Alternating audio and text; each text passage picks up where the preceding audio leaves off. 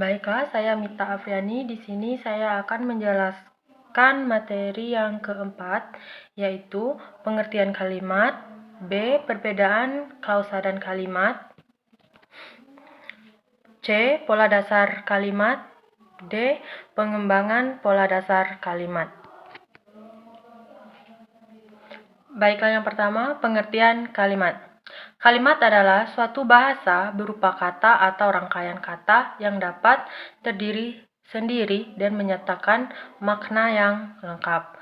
Kalimat adalah suatu bahasa terkecil yang mengungkapkan pikiran yang utuh dengan cara lisan maupun tulisan.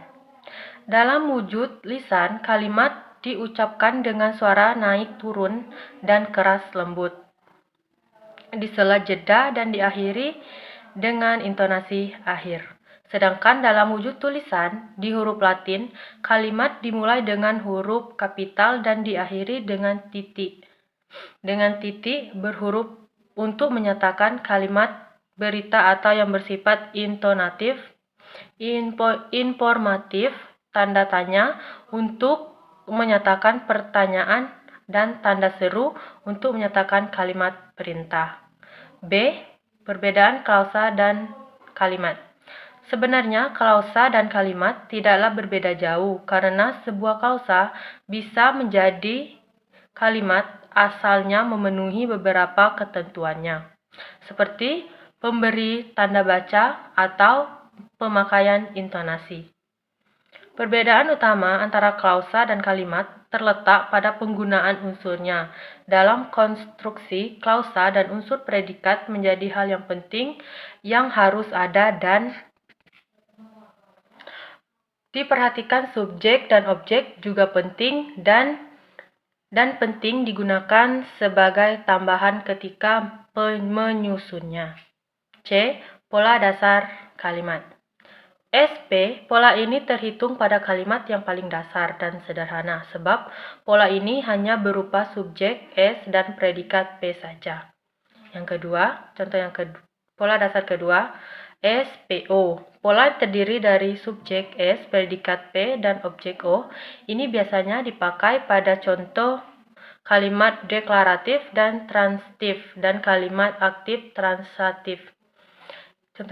Pola dasar yang ketiga, SPPL. Pola ini terdiri atas subjek S, predikat P, dan pelengkap PL. PL biasanya pada pola ini digunakan dalam contoh kalimat deklaratif dan intransitif. Pola dasar yang keempat, SPK, merupakan pola yang terdiri dari atas subjek S, predikat P, dan keterangan K. Pada ini biasanya dapat dijumpai pada kalimat deklaratif aktif, intransitif, dan kalimat aktif intransitif. Yang kelima, SPOK. Kalimat ini merupakan pola yang paling umum dan paling dikenal di masyarakat sebagaimana yang telah diketahui bahwa pola ini terdiri atas subjek S, predikat V, objek S, dan keterangan K. Yang keenam, SPOPL. Pola ini terdiri atas subjek S, predikat V, objek O, dan pelengkap PL. Yang ketujuh, SPOPLK, merupakan pola kalimat yang paling kompleks dan lengkap karena semua unsur kalimat terkandung di dalamnya. Yang ke D, pengembangan pola dasar.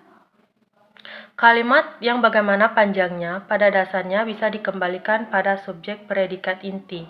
Kalimat panjang merupakan peluasan dan kalimat yang sangat sederhana ini berarti pula bahwa kalimat panjang itu merupakan hasil peluasan subjek inti dan predikat inti.